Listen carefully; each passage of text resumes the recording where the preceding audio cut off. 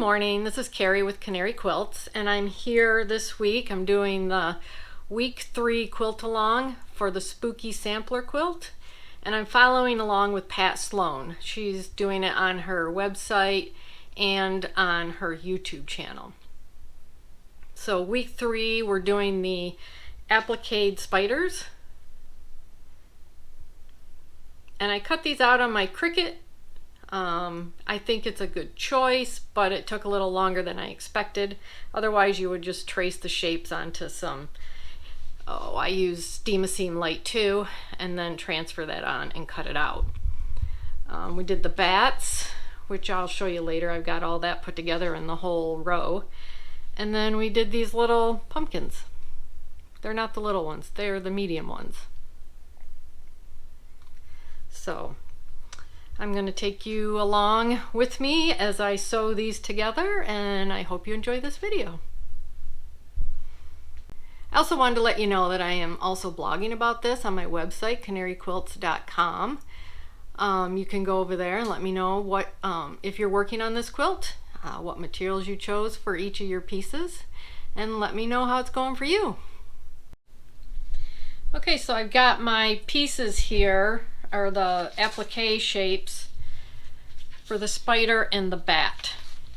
So what you can do is take your Steam-A-Seam, take a light board, put this on your light board and start tracing. But I have a Cricut maker, so what I'm going to do is I'm going to scan these in to my Cricut, and then I am going to print them on my maker because I have a rotary cutter, and I'll get the pieces, the fabric cut to size. I'll put the Steam-A-Seam Light 2 on the back, and then I'm going to stick that onto my Cricut mats and let the Cricut cut all of these for me. So I'm going to need 2 spiders and 3 bats. So I would have to trace 5 items and then cut them by hand. And what I'm going to do is scan these in and tell my Cricut to cut the items for me.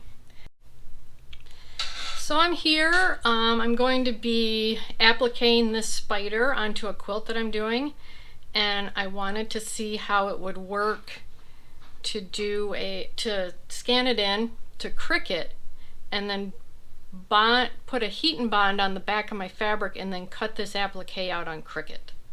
So the first thing I'm going to do is scan this in.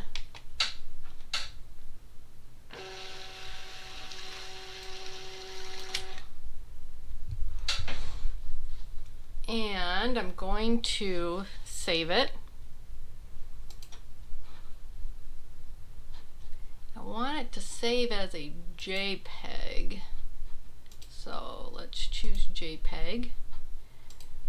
Let's just choose my downloads folder and save it. Okay, so let's go into Cricut. Let's do a new project. There we go. Nope. Replace. Okay, upload what we just did.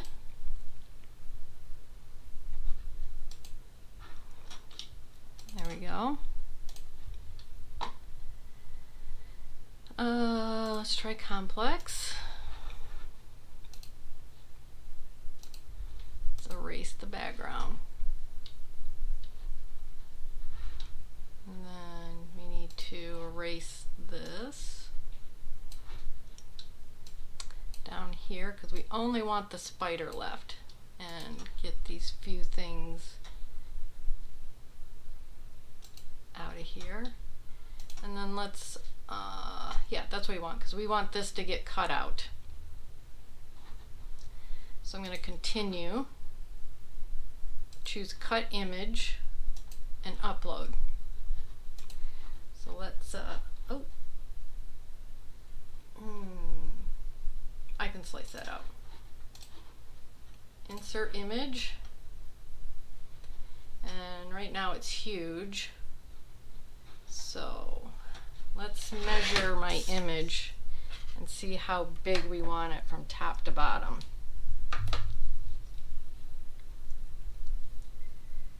So it looks like it's going to be 5 inches. So we'll resize the height up here to be 5.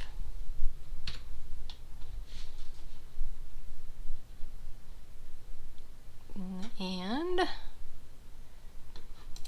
we gotta slice that out. So let's go do that.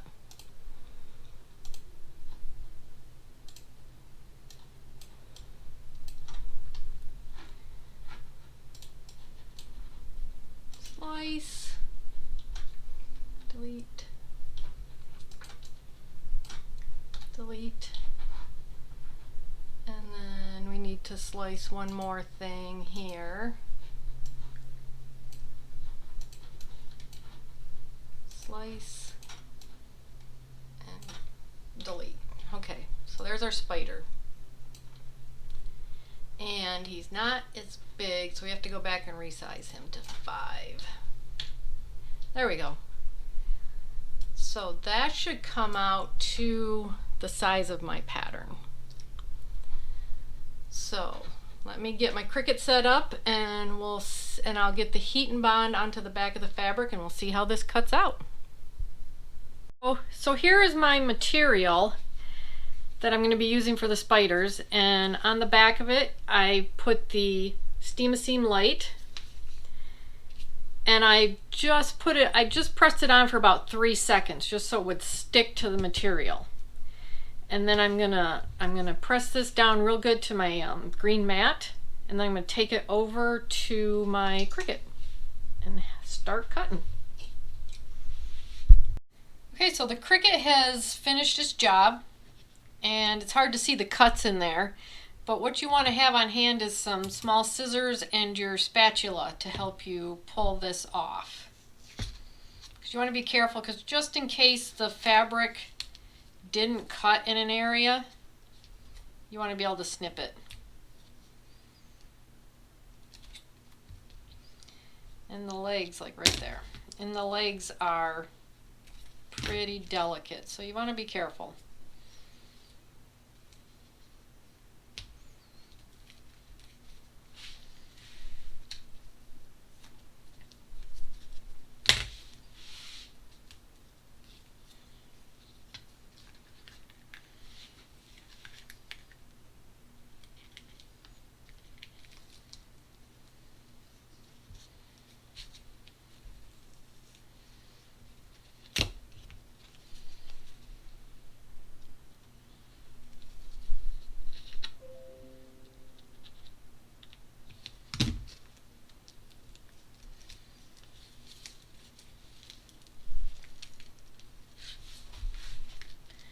There's my spider.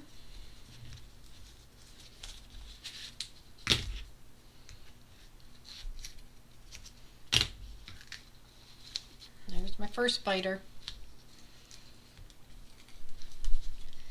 So while this was printing, that just gives you like an extra 15 minutes or so to work on something else. I went and did my dishes because they needed to be done. So instead of having to spend all my time tracing and cutting, I was able to let my Cricut do the job, and I end up with the same thing.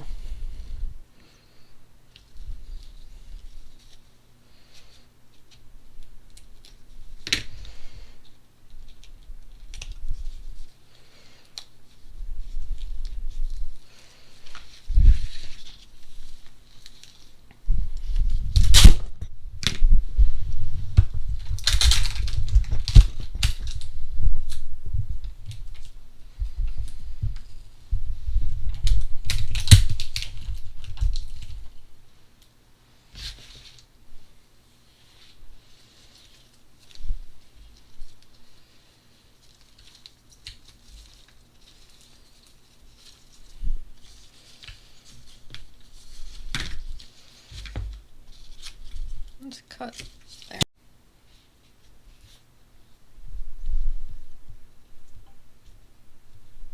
So here's the spiders all scraped off the mat. So now I'm gonna get the bats done. Okay, so I'm back in Cricut now and I'm gonna cut the bat. So, whoops, I'm gonna get rid of the spider.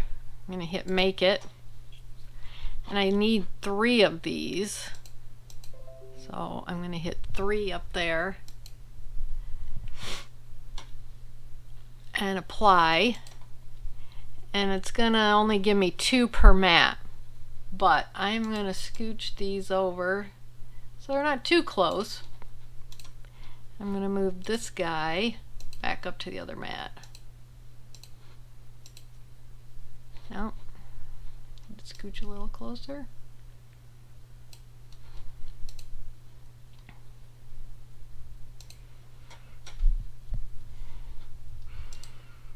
Wait, is he there? Oh, he is. Okay. So I got all 3 bats here. And they're fitting in the margins. So it looks like I am going to need basically an 11 by 12 piece of fabric with the bonding on the back of it. The seam, I think it's called Seam Esteem Light. So I'm going to get that ready and then we're going to go ahead and make these. So I'll continue, hook up to my maker, choose bonded fabric, more, pressure, edit tools, rotary blade, and apply. Okay, so we're ready to go over to the machine. Okay, I had to work with Cricut a little bit to get it to cut my bats. The first bat did not cut well, so I had to go back in and manipulate my file that I used, and it looks like it cut a lot better.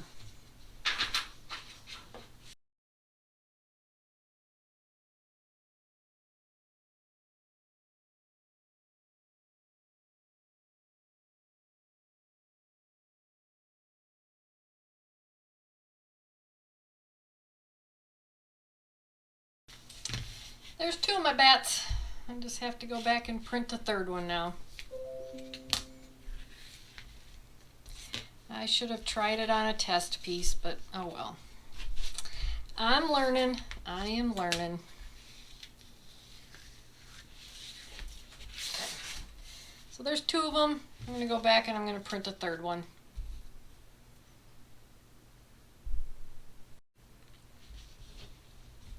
Okay, to start with, I'm going to do the applique pieces. And I cut my pieces out on my Cricut. That was quite a challenge, but they are done. So all I have to do is peel off the back of these, put them on here, and iron them on, and then we sew around the edges. So it's pretty simple blocks. So I'm going to get that done, and then I will be back to show you what they look like. Okay, I got these ironed on now. They're fused. And I did mine a little bit different than hers. I did a straight on bat, and then I did bats that look like they're kind of flying. Like that. So, and then I did the spiders. Now, all that's left to do is to stitch around all of these, and I know for sure I'm going to do a blanket stitch on this one. I'm going to have to decide what I want to do on this one. It might just be a straight stitch around it. And I like raw edge applique. It's one of my favorites.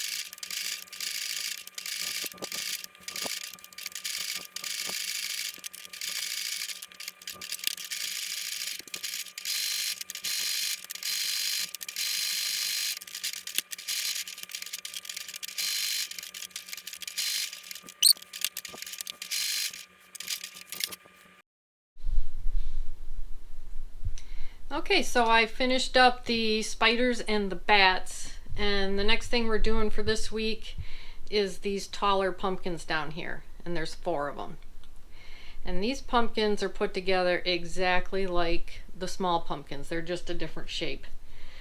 So what I'm going to do is I'm going to get these cut out, and I'll just do like a time-lapse video. I did a video on how to put those together last week, but I'm just going to do a time-lapse video of these since they're exactly the same. So the colors I've chosen, I think what I'll do is I'll fussy cut the witch, the little witch and the little girl there for one of my pumpkins. And then I've got 2 orange fabrics, which I love, that I want to be 2 of the pumpkins. And then just because I want a purple pumpkin, because it's my quilt and that's what I want.